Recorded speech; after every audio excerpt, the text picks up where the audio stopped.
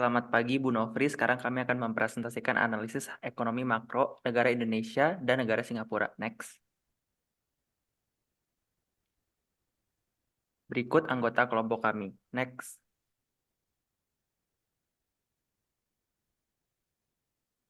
Kami akan membahas pendahuluan dan EDA, sektor real, sektor finansial, model ISLM, dan kesimpulan. Next. Alasan kami memilih Indonesia dan Singapura adalah karena letaknya yang secara geografis strategis. Next. Tujuan kami ada 3, yaitu memodelkan sektor real, sektor finansial, dan ISLM. Next.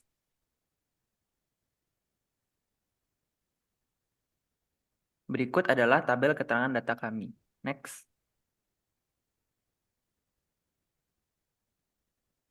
Metode pengambilan data kami adalah mengambil data dari World Bank dari tahun 95 sampai 2022. Next.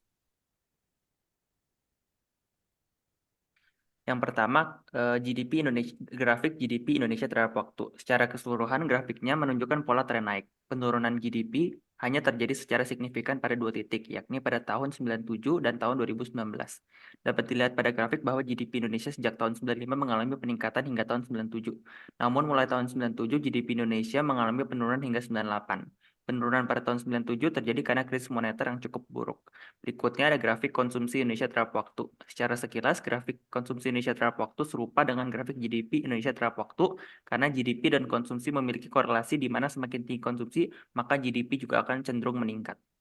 Berikutnya, grafik investasi Indonesia terhadap waktu. Secara keseluruhan terdapat pola tren penurunan yang cukup signifikan. Next.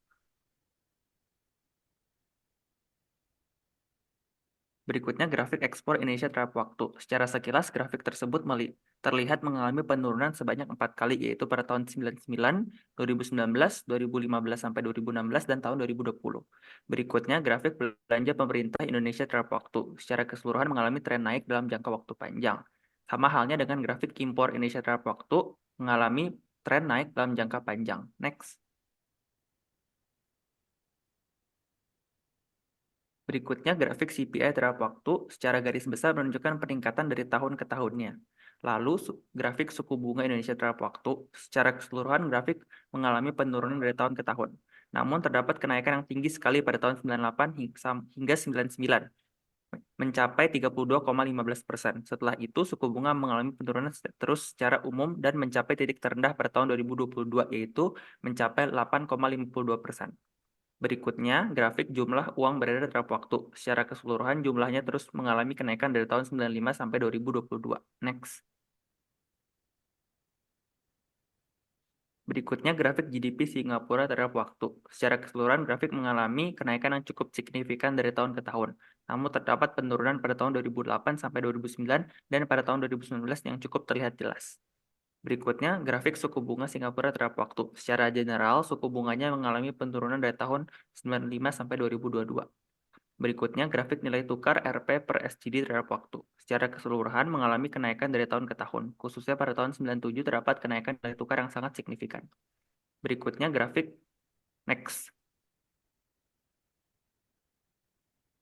Berikutnya, grafik jumlah uang beredar dibagi CPI atau RM terhadap waktu. Secara keseluruhan, grafik mengalami kenaikan yang cukup signifikan dari tahun 95 sampai 2022. Dan yang terakhir, grafik GDP Singapura dibagi nilai tukar Rp per SGD terhadap waktu. Secara keseluruhan, grafiknya turun drastis dari tahun 95 sampai 98, kemudian dilanjut dengan grafik yang naik turun namun mengalami kenaikan yang kurang signifikan dari tahun 99 hingga 2022. Next.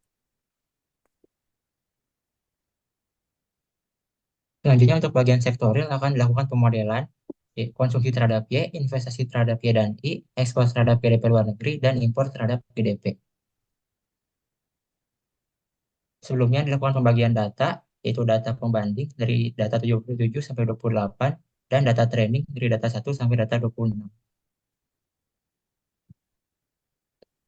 Untuk plot pertama yaitu Y terhadap C, diperoleh korelasi positif, artinya peningkatan Y akan menghasilkan peningkatan C. Untuk plot Y terhadap I diperoleh korelasi positif, artinya peningkatan Y akan meningkatkan I. Selanjutnya ada plot I kecil terhadap I besar. diperoleh korelasi negatif. Artinya peningkatan investasi akan menurunkan suku bunga.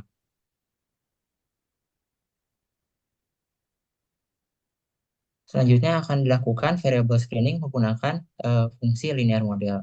Diperoleh parameter intercept tidak signifikan, parameter intercept signifikan, begitu juga dengan parameter Y. Sehingga diperoleh model sebagai berikut. Lalu untuk model I terhadap Y dan suku bunga diperoleh bahwa Y dan I dan intercept tidak signifikan. Sehingga melalui analisis kecocokan model dengan hipotesis sebagai berikut, diperoleh modelnya sebagai berikut. Begitu juga untuk investasi terhadap Y dan I. Selanjutnya untuk metode system fit diperoleh dengan model C terhadap Y berikut bahwa parameter intercept signifikan dan parameter Y signifikan.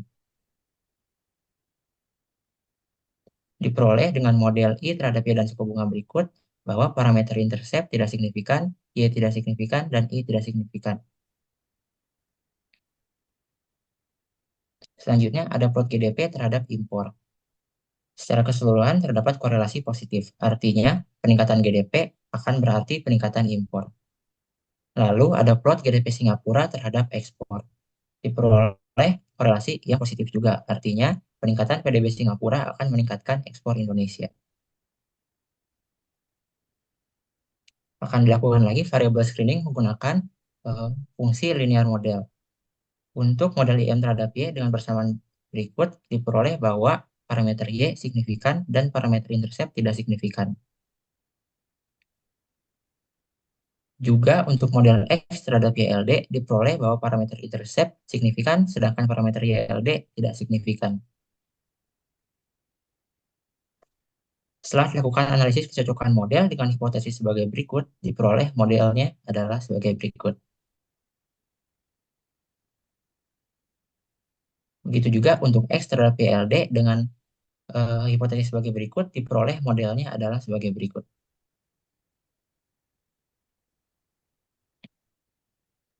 Oke, selanjutnya kita akan memodelkan GDP. Jadi dari komponen-komponen GDP yang tadi sudah kita bangun dalam pemodelan, kita tinggal menjumlahkan seluruh komponen tadi untuk membentuk model GDP sebagai berikut. Boleh di next.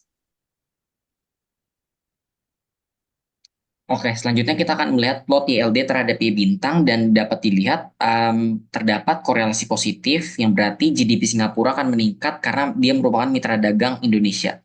Dan untuk pengeluaran pemerintah terhadap Y bintang juga menunjukkan korelasi positif karena pemerintah adalah komponen GDP. Dan untuk suku bunga terhadap Y bintang negatif karena akan mengurangi investasi. Boleh di next. Oke, selanjutnya berdasarkan p-value dapat dilihat intercept-nya itu signifikan dan untuk komponen YLD-nya tidak signifikan dan untuk R-square-nya sendiri sangat kecil sehingga model kurang cocok. Boleh di next. Oke, selanjutnya untuk model G terhadap Y bintang sendiri dapat dilihat untuk kedua parameternya tersebut signifikan berdasarkan p-value-nya dan R-square-nya juga 1 sehingga model sudah cocok. Boleh di next. Oke, dan selanjutnya estimasi regresi model I terhadap Y bintang dapat dilihat bahwa kedua parameternya signifikan berdasarkan p-value, lalu adjusted R-square-nya juga cukup besar sehingga model masih bisa dibilang cocok. Boleh di next. Oke, selanjutnya kita akan menguji kesignifikan parameter dengan hipotesis sebagai berikut dan didapat model Y bintang terhadap YLD sebagai berikut dan dapat disimpulkan bahwa koefisien YLD-nya tidak signifikan. Boleh di next.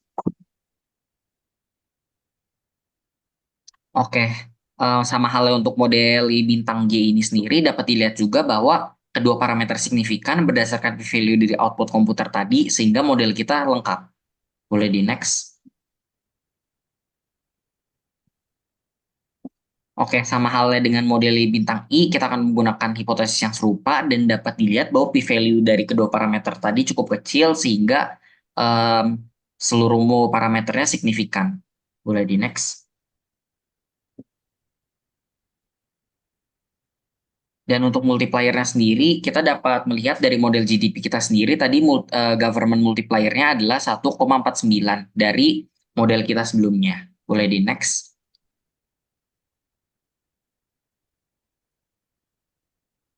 Oke, selanjutnya model IM terhadap Y dan dapat dilihat intercept-nya sendiri tidak signifikan dan model Y-nya signifikan sehingga didapat model sebagai berikut. Next. Oke, selanjutnya dengan sistem fit juga dengan sama halnya kita dapat melihat bahwa intercept-nya sendiri signifikan dan komponen YLD-nya sendiri tidak signifikan sehingga dapat didapat model sebagai berikut. Next. Oke, berikut dapat dilihat perbandingan antara persamaan-persamaan tersebut dan dapat dilihat bahwa R square itu nilainya sangat mirip antara metode linear model dan sistem fit. Next. Oke, selanjutnya akan ditinjau dari sektor finansial yaitu jumlah uang yang beredar dan juga suku bunga negara Indonesia. Oke, selanjutnya. Oke, untuk plot bagian kiri, plot dengan GDP sebagai sumbu X dan juga jumlah uang yang beredar per CPI atau RM sebagai sumbu Y. Plot ini menunjukkan korelasi positif antara GDP dan jumlah uang yang beredar yang menunjukkan bahwa pertumbuhan ekonomi dan peredaran uang saling mendukung suatu negara. Namun perlu diingat bahwa korelasi positif ini tidak selalu menunjukkan sebab akibat secara langsung antara kedua faktor tersebut. Ketika ekonomi tumbuh, permintaan akan uang untuk transaksi komersial dan investasi juga meningkat, mendorong bank untuk meningkatkan pasokan uang. Namun penting untuk memperhatikan bahwa peningkatan jumlah uang yang beredar ini dapat menyebabkan inflasi juga jika tidak diimbangi dengan pertumbuhan ekonomi yang seimbang. Oleh karena itu, kebijakan moneter harus dijalankan dengan hati-hati untuk menjamin stabilitas ekonomi jangka panjang. Untuk plot bagian kanan adalah plot dengan suku bunga atau I sebagai sumbu X dan juga jumlah uang yang beredar per CPI sebagai sumbu Y. Plot ini menunjukkan korelasi negatif, di mana peningkatan suku bunga Indonesia ini bisa dibilang cukup mengurangi jumlah uang yang beredar karena dapat dilihat dari plot yang cukup curam. Ketika bank sentral menaikkan suku bunga, hal ini dapat membuat biaya pinjaman menjadi lebih mahal sehingga menyebabkan masyarakat dan perusahaan cenderung meminjam lebih sedikit uang dan juga menggeser minat masyarakat ke arah saving. Oke, selanjutnya. Oke, selanjutnya ini adalah hasil output untuk mengestimasi parameter GDP dan suku bunga terhadap peredaran uang. Dan juga didapat hasil modelnya RM terhadap Y dan I sebagai berikut, dan juga p-value yang lebih kecil dari alpha dan juga R kuadrat 0,9708. Oke, selanjutnya.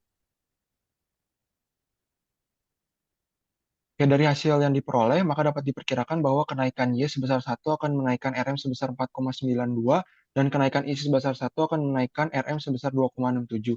Dan juga dari hasil output ini dapat dilihat p-value kecil dari alpha, dan juga nilai adjusted square-nya juga lebih mendekati 1 yang mana model dapat dikatakan bagus dan juga seluruh parameter signifikan. Selanjutnya. Oke, setelah itu akan dijelaskan model ISLM. Model ISLM ini menjelaskan bagaimana pasar agregat untuk barang real dan juga pasar keuangan berinteraksi untuk menyeimbangkan suku bunga dan output. Oke, selanjutnya.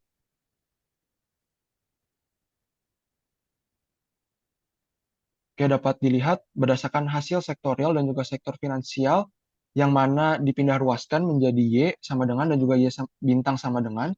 Dan dari persamaan Y bintang dan juga I bintang ini dapat dicari menggunakan model ISLM saat titik seimbang yaitu dengan menyamakan persamaan YIS dan juga YLM dan memperoleh persamaan I bintang dan juga Y bintang sebagai berikut. Oke, selanjutnya. Setelah itu dapat dilihat plot dengan belanja pemerintah Indonesia sebagai sumbu X dan I sebagai I seimbang yang baru sebagai sumbu Y. Plot ini menunjukkan korelasi yang positif. Hal ini menunjukkan bahwa suku bunga meningkat seiring meningkatnya pengeluaran pemerintah. Hal ini disebabkan karena pada model suku bunga tidak hanya dipengaruhi oleh pengeluaran pemerintah saja, tetapi dipengaruhi juga oleh jumlah uang yang beredar dan CPI masyarakat Indonesia. Kemudian untuk plot sebelah kanan adalah plot GDP Singapura terhadap suku bunga yang menunjukkan korelasi yang positif juga. Artinya seiring meningkatnya GDP Singapura, suku bunga Indonesia juga akan meningkat. Oke, selanjutnya. Oke, selanjutnya dapat diperoleh model G terhadap istimbang sebagai berikut. Dan juga dapat dilihat bahwa nilai p-value lebih kecil daripada alpha dan juga R kuadratnya sama dengan 1 yang berarti model sudah cocok dan baik. Oke, selanjutnya. Kemudian dapat diperoleh model selanjutnya adalah model YLD terhadap istimbang sebagai berikut dan juga dapat dilihat bahwa p-value-nya lebih kecil daripada alpha dan juga R kuadratnya sudah sama dengan 1 yang berarti model sudah cocok dan baik. Oke, selanjutnya. Oke, untuk selanjutnya ini akan dilakukan analisis kecocokan model. Untuk model pertama yaitu I bintang, dapat dilihat bahwa R kuadratnya sudah sama dengan 1 yang berarti model sudah sangat cocok dan baik. Dan juga kemudian dari hasil output R dapat dilihat bahwa p-value untuk koefisien intercept, RM, dan juga YLD itu lebih kecil dari alfa, sehingga dengan hipotesis yang tertulis sebagai berikut, H0 ditolak, yang artinya koefisien intercept, RM, dan YLD tidak dapat diabaikan. Sedangkan untuk p-value G lebih besar dari alfa, sehingga koefisien untuk G itu dapat diabaikan dan diperoleh model I bintang sebagai berikut. Oke, selanjutnya. Kemudian untuk model Y bintang ini, didapat bahwa R kuadratnya itu sudah sama dengan 1 yang berarti model sudah sangat cocok dan baik. Kemudian dapat dilihat juga p-value untuk koefisien intercept, RM, G, dan YLD itu lebih kecil daripada alfa, sehingga dengan hipotesis yang tertulis sebagai berikut, H0 ditolak, dan seluruh koefisien ini tidak dapat diabaikan dan diperoleh model sebagai berikut. Oke, selanjutnya. Selanjutnya akan dibahas perbandingan sebelum dan juga sesudah pandemi, di mana akan digunakan data validation selama 2 tahun, yaitu pada tahun 2021 dan juga 2022. Di mana sebagai pembanding pada tahun sebelumnya yaitu 1995 hingga tahun 2020 untuk model. Next.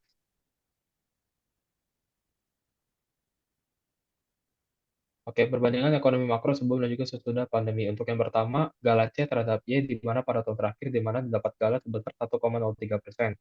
Yang kedua yaitu Galat Invest terhadap Y dan juga suku bunga, di mana tahun terakhir dapat Galat sebesar 31,43%. Galat X terhadap YLD atau GDP luar negeri dapat 45,24%. Next. Selanjutnya Galat IN terhadap Y pada tahun terakhir sebesar 2,89%. Galat Y terhadap YLD didapat tahun terakhir sebesar 64,04%. Galat Y terhadap Y pada tahun terakhir didapat sebesar 60,15%. Next.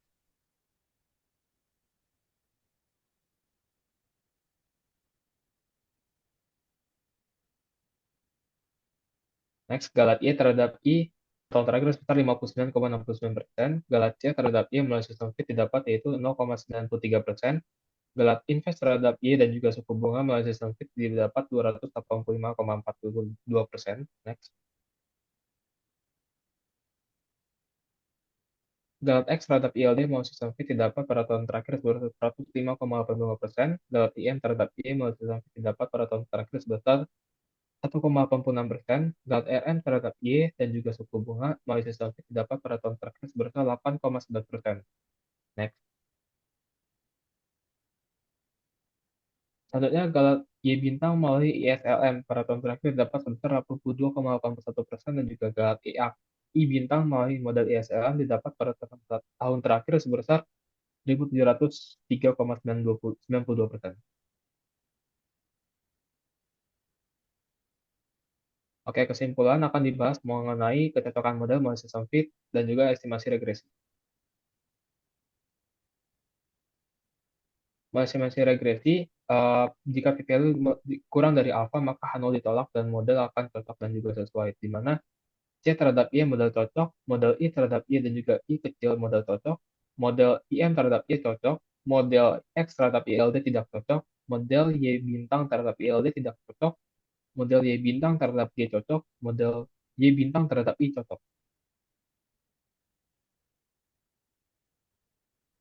Selanjutnya, model C terhadap Y cocok dan juga serupa, model invest terhadap Y dan juga suku bunga cocok dan juga serupa, model X terhadap YLD tidak cocok dan serupa, model IM terhadap Y cocok dan juga serupa. Selanjutnya persamaan Y dan juga multiplier model, di mana government multiplier didapat nilai sebesar 1,4949835. Next. Oke, selanjutnya sektor finansial, model RM terhadap Y dan juga suku bunga didapat model cocok. Next. Untuk model ISLM, di mana model I terhadap RM, Y dan juga YLD didapati model cocok, dan juga model Y terhadap RM, Y dan juga YLD didapati model cocok. Baik, sekian presentasi dari kelompok kami, kelompok 4 dari tugas besar makroekonomi. Mohon maaf apabila terdapat kesalahan kata dari kelompok kami. Selebihnya, kami ucapkan terima kasih sebesar-sebesarnya. Sampai jumpa dan waktu dan juga terima kasih.